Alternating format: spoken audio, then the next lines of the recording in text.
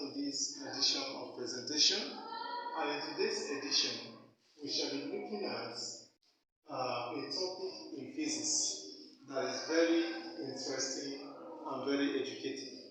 Now the topic we'll be talking about is the reflection of light on a plane surface. So for we to understand the reflection of light on a plane surface, I would like to use a schematic diagram to explain that.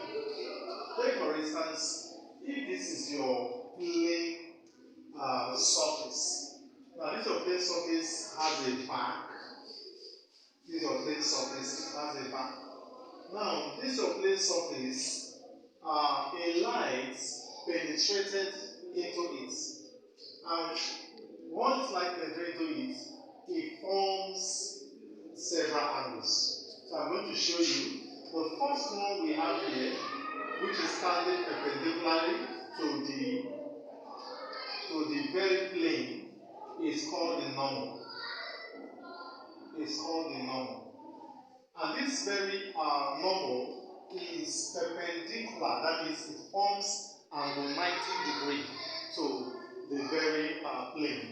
Now, the next we want to be talking about is the incident ray. What you can see here is called the incident ray. Now, the incident ray is always forming angle 45 to the plane. So this is the incident ray. The incident ray. Then the next ray we have here is what we refer to as nodes. Students, you not just write a line like this. You must indicate an arrow. That arrow shows that is a ray. If you just write a straight line without putting an arrow, it is not a ray. So that must be understood. The next one we are going to talk about now is the reflected ray. Now this reflected ray is also inclined to the plane mirror. Now, I want you to, let's take them one after the other. I would like to explain the terms one after the other. Now, we have the incidence ray. Incidence ray. Now, incidence ray is the ray of light formed with, between the inclination of the normal and the mirror. Alright? Is the ray of light formed between the inclination of normal and the incident on the plane mirror. So what we are trying to say here is that from here to here is your angle of incidence. I'm also trying to establish also another one which we call the reflected ray. So the reflected ray is also formed from the normal. So students will advise when you are leveling your angle of reflection, you should incline the angle to the what? To the normal. It's very, very important. Because we take cognizance, we take so much interest on this inclination. Because that will help you, or that will guide you to solving problems as regards to this very topic. Then, another thing I want to bring out here is glancing angle. Or before I proceed to glancing angle, I want to look at deviation. Angle of deviation. Angle of deviation. Now, note, when light was passing through this mirror, it tends to penetrate the mirror. And we can show that using these dotted lines. We can show that using dotted lines. Now, the angle of inclination between the reflected ray and these rays of light that penetrate the mirror is what we refer to as angle of deviation. We call it what? Angle of deviation. So, the next thing we need to pick out from here is what we refer to as glancing angle. Glancing angle.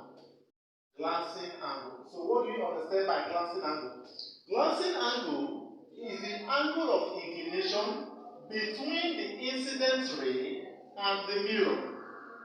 The angle of inclination between the incident ray and the mirror. So that's what we are referring to as glancing angle. So these things are very important that you note them because most of our questions will be emanating from that. But let me just go, because physics, you have to borrow a lot of things from mathematics for you to function in physics. So we are going to look at geometry. If you look at this, geometrically, if you are told to summarize everything that we have on the plane below, you can discover that we are having that the whole angles, angle of incidence plus the angle of reflection plus the angle of deviation is equal to what? 180 degrees. This can be gotten from geometry. Now, but there's what we refer as the next thing we are going to look at, the laws of reflection. The laws of reflection state that the angle of incidence is also equal to the angle of what? Reflection. So in other words, if I substitute that, that will now be that your I plus your I, which is representing this angle of reflection, plus your D is equal to 180 degrees. And if you do the algebra, you are going to have 2I plus 1D equals to 180 degrees. So for us to get the angle of deviation, it's going to give us 180 minus 2I. So students, do not forget this formula, but they will be useful if you are asked to get angle of what? Deviation. And if you look at from the formula, you can see 2I, which means that you can be asked to get probably the angle of reflection or the angle of incident. So do not forget this. I can call this my equation 1. I can call this my equation 2. So these various students will go through them, but they will be relevant to most of the things we'll be solving. Okay, let's go to the next we have. This one we have is laws of reflection. Now, let's look at laws of reflection. Now, the laws of reflection. Laws of reflection postulate that, one, that the angle of incidence, the angle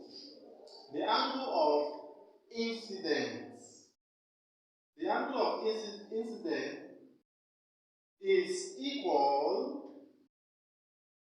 to angle of reflection. Please, incidence, angle of reflection. So mathematically, we are saying that I is equal to R. That's it. That's the first law of reflection.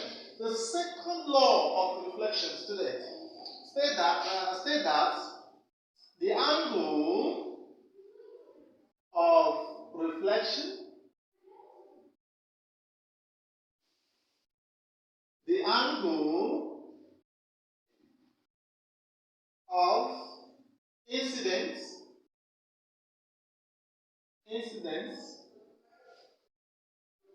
the angle of normal at point of incidence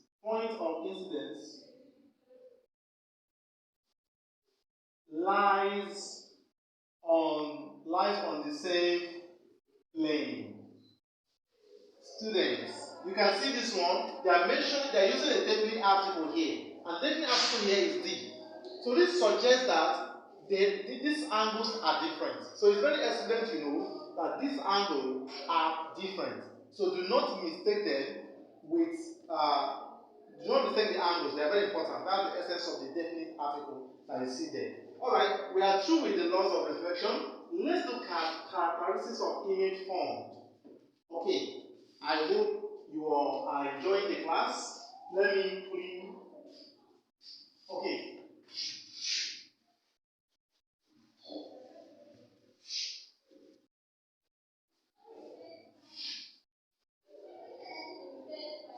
Okay, so we are looking at characteristics of image formed in a plane mirror. Now, one of the things is that The image formed in a plane mirror, the image formed in a plane mirror is the same as the size of the object. Size of the object. So student, what we are trying to say here is that when you look at yourself in a mirror, the same size of object, the way you look outside is the way you reflect in the mirror. So that's one of the characteristics of image formed in a plane mirror. So whenever you look at yourself in the mirror, you look the same side. Okay, let's look at another one. The image formed in a plane mirror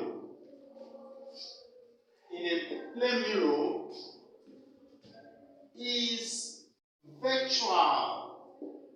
Very important. You can see what I use here, virtual, which means it is not a real image. No, students.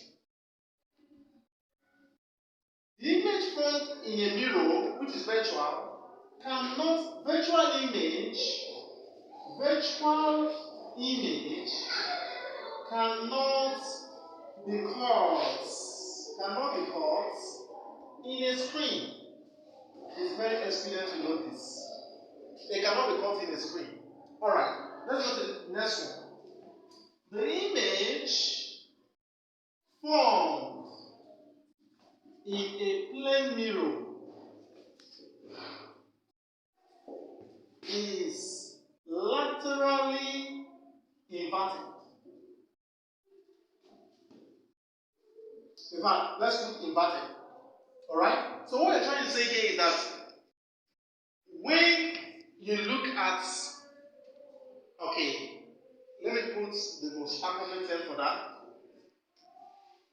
Please, this is supposed to be erect.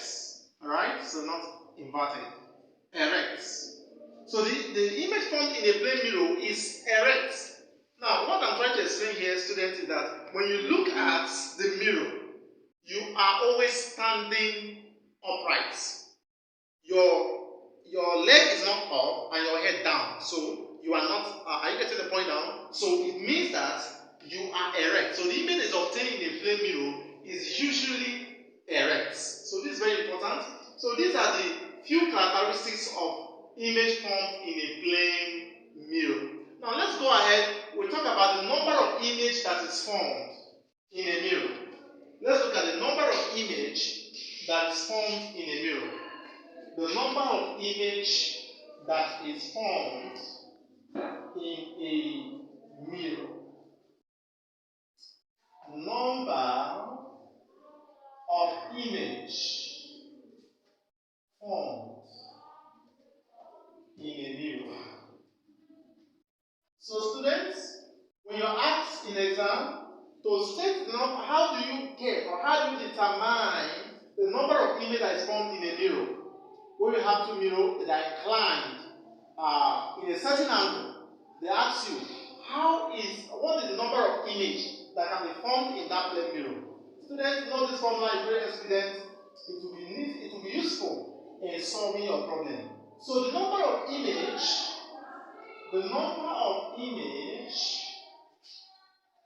formed in a plane mirror. Let me represent with n, students, and it is going to give me the angle of inclination over 360 degrees minus 1. So when you do that, you have obtained the number of image formed in that given plane mirror. Okay, I believe with this information I've shared with you, it will steer up the exercising to take some of the questions that we have here. The first one says, a mirror is reflected at an angle of 30 degrees. If the incident ray has a constant direction, at what angle will the reflected ray be rotated? Beautiful. We are going to now go into solving now. Okay? We are going to go into solving and know what we are going to do.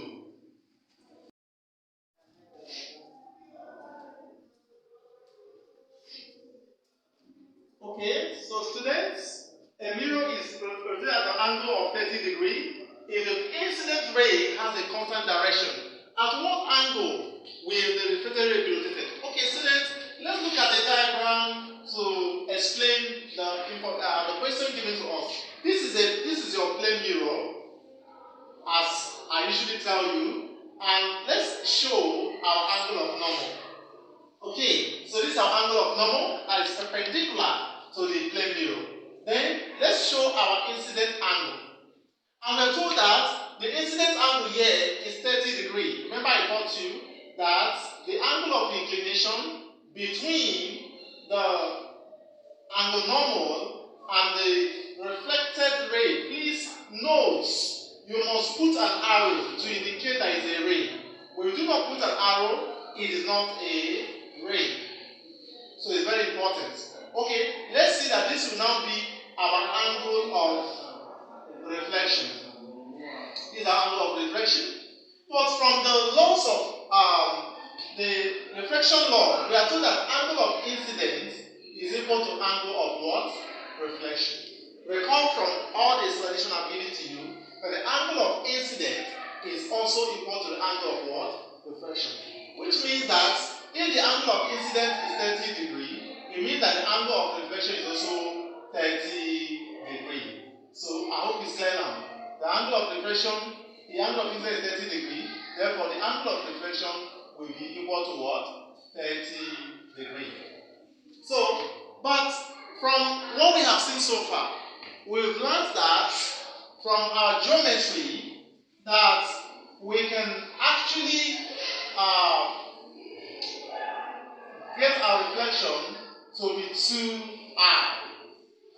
Alright? Another thing we derive from the aforementioned explanation. So in other words, since we are rotating the angle, so we are going to have incident angles emerging there. So what we are going to have now is that our answer is going to be so if the incident ray has a constant direction, at what angle with the reflected ray? That the reflected ray now, therefore the reflected ray is going to be 2I, as we said before, which will now be equals to 2 times the angle of inclination, which is 30 degrees. So students, this is very conceptual. So we have 60 degrees. It's very, very conceptual. It's highly theoretical. So you see that there's nothing difficult for you to solve there. Now, let's go to the next question. So I will allow you to solve this question. So as in our next edition of class, I shall expand more on that. Thank you for listening. And I believe you are having a beautiful Monday morning. Thank you.